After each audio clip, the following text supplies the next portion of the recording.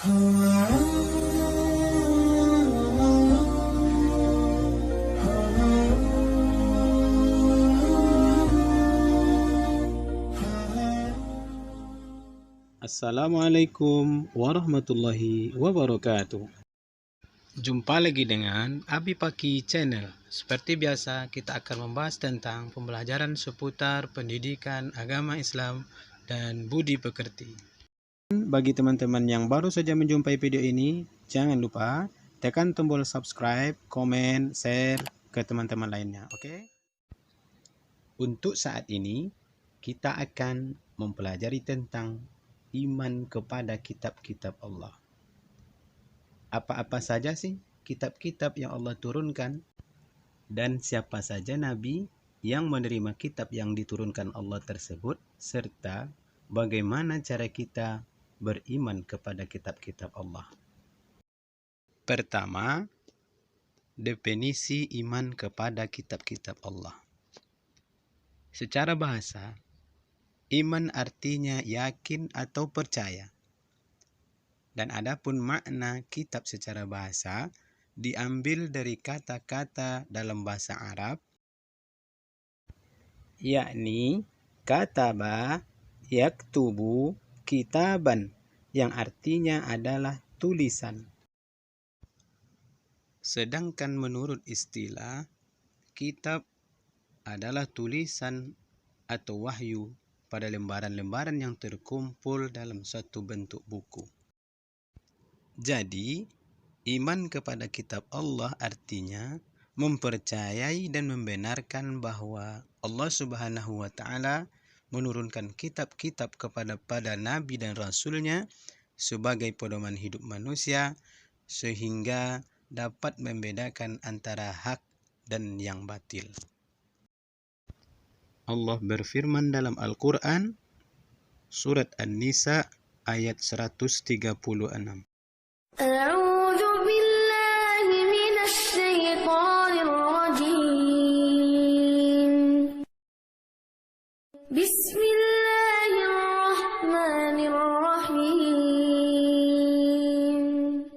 يا أيها الذين آمنوا بالله ورسوله والكتاب الذي نزل على رسوله والكتاب الذي أنزل من قبل ومن يكفر بالله وملائكته وكتبه ورسله واليوم الآخر فقد ضل ضلالا بعيدا. Artinya, wahai orang-orang yang beriman, tetaplah beriman kepada Allah dan Rasul-Nya, dan kepada kitab yang Allah turunkan kepada Rasul-Nya, serta kitab yang Allah turunkan sebelumnya. Barang siapa yang kafir kepada Allah, malaikat-malaikatnya, kitab-kitabnya, rasul-rasulnya, dan hari kemudian, maka sesungguhnya orang itu telah sesat sejauh-jauhnya. Quran Surah An-Nisa ayat 136. Kedua, kitab Allah dan para nabi yang menerimanya. Kitab Allah atau wahyu Allah yang diturunkan kepada nabi dan rasul sangatlah banyak dan tidak terhitung jumlahnya.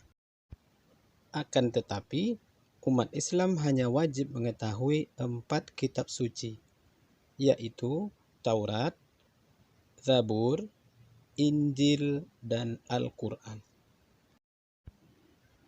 Kitab Taurat. Kitab Taurat ada yang menyebut dengan Toret atau Torah. Kitab ini diturunkan kepada Nabi Musa alaihissalam dengan bahasa Ibrani di Bukit Sinai pada abad ke-15 sebelum Masehi, sebagai pedoman dan petunjuk bagi Bani Israel. Berikut penjelasan, lihat di papan tulis.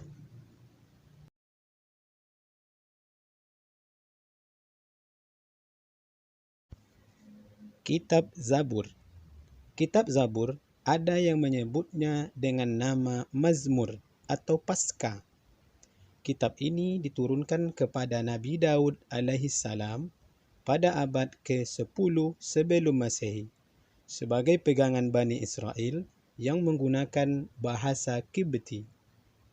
Untuk penjelasan dan isi dari kitab Zabur, kembali lihat papan tulis.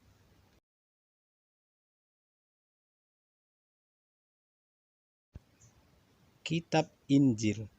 Kitab Injil dikenal juga dengan sebutan Bible ataupun Alkitab. Kitab ini diturunkan kepada Nabi Isa alaihissalam pada awal abad ke-1 Masehi untuk Bani Israel dan berbahasa Suryani. Adapun ajaran di dalam kitab Injil ini menyempurnakan ajaran yang telah ada dalam kitab Taurat. Untuk mengetahui isi kandungan dari kitab Injil, kembali perhatikan papan tulis. Kitab Al-Quran. Kitab Al-Quran diturunkan kepada Nabi Muhammad SAW pada abad ke-7 Masehi, tepatnya pada tanggal 6 Agustus 610 Masehi, untuk pedoman seluruh umat manusia. Al-Quran merupakan kitab suci terakhir yang diturunkan Allah Subhanahu wa Ta'ala. Dan adapun untuk isi kandungan yang ada di dalam Al-Quran, kembali perhatikan papan tulis. Di antara kitab-kitab Allah yang Allah turunkan, tidak semuanya berbentuk kitab, melainkan ada yang berbentuk suhuf, yaitu wahyu Allah yang berupa lembaran-lembaran. Ketiga, perilaku yang mencerminkan keimanan kepada kitab-kitab Allah. Orang beriman kepada kitab Allah akan berperilaku mulia sebagai cermin keimanannya. Adapun perilaku yang mencerminkan keimanan kepada kitab Allah, pertama, menjadikan Al-Quran sebagai pegangan hidup. Kedua, mengamalkan ajaran Al-Quran dalam kehidupan sehari-hari. Ketiga, meyakini keberadaan Al-Quran sebagai firman Allah. Keempat, meyakini kebenaran ajaran sebagai pedoman hidup manusia. Dan yang kelima, menjaga kemurnian Al-Quran dan berusaha menghormati, memuliakan, dan menjunjung tinggi kitab suci Al-Quran. Demikian video kita kali ini, semoga bermanfaat. Terima kasih atas perhatian, mohon maaf atas kesalahan. Wassalamualaikum warahmatullahi wabarakatuh.